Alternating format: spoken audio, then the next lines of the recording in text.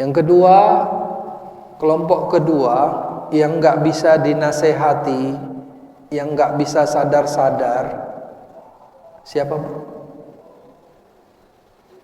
Siapa? Katanya orang yang fanatik. Orang yang fanatik itu tidak bisa dikasih tahu. Boleh nggak kita senang dengan sesuatu? Boleh. Tapi kalau kita fanatik dengan sesuatu, itu akan membuat kita menjadi picik, sempit pikirannya. Itu masuk dalam semua kategori. Masuk dalam semua kategori. Termasuk orang yang kuat agamanya sekalipun. Orang yang dari kecil bermazhab Syafi'i, kalau besar, kalau sudah dewasa, kemudian ada pemahaman lain yang masuk ke dalam pikirannya, itu langsung pikirannya nolak. Nggak bener ini, salah ini. Orang yang biasa bermazhab Hambali, kalau ada sesuatu yang berbeda masuk dalam pikirannya, ada pengajian yang berbeda, itu langsung keliru ini. Orang yang terlalu kuat dalam fikih, kalau dimasukkan ilmu tasawuf sama dia, itu langsung menolak pikirannya. Mana ada begini?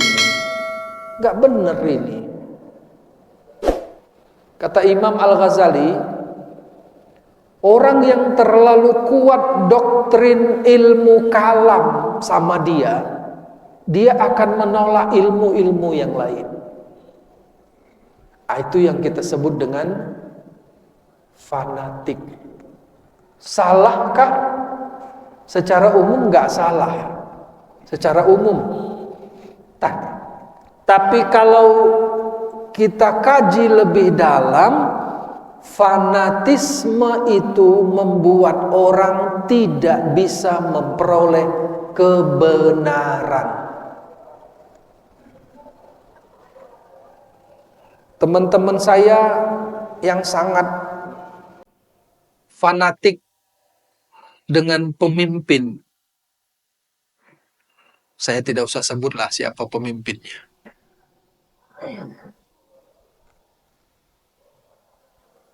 Sampai detik ini kita sudah diskusi sama dia sekian tahun lamanya, tetap saja menurut dia yang betul itu si fulan itulah yang betul.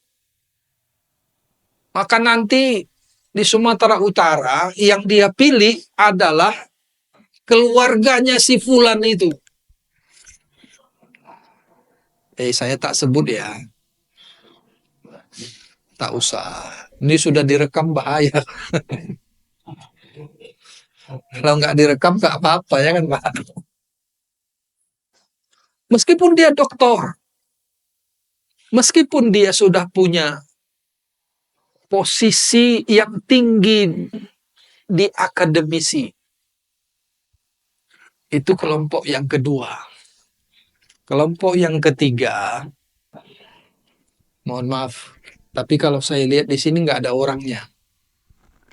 Yang tidak bisa dinasehati itu, yang tidak akan pernah punya kesadaran itu adalah siapa, Bu?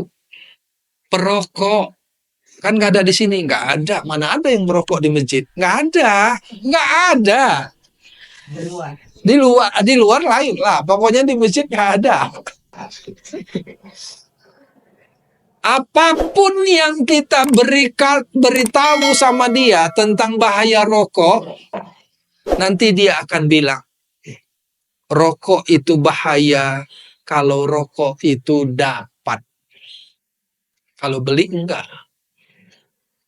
Karena yang tertulis di rokok itu merokok dapat. Kan dapat katanya. Bukan beli. Kapan dia sadar? Nanti.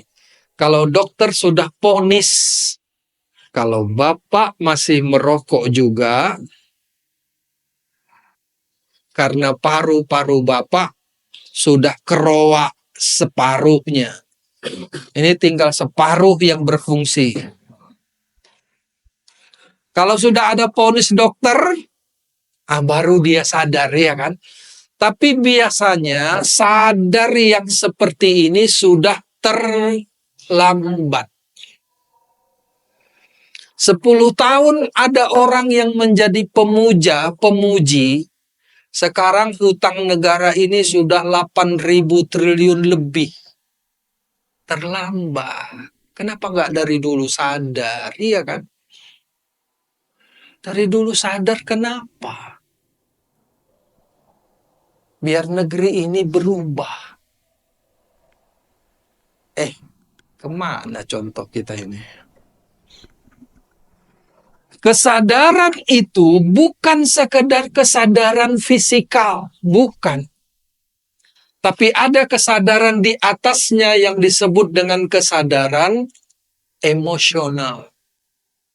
Lalu di atasnya lagi, itu ada yang disebut dengan kesadaran spiritual.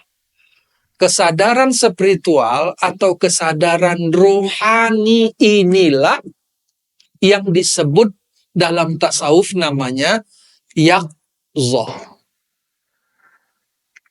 Yaqzah itu menurut sebagian ulama tasawuf ini adalah makom. Makom itu apa? Makom itu kedudukan. Makom itu tingkatan rohani. Kedudukan rohani seseorang di hadapan Allah. Sehingga ada ungkapan begini.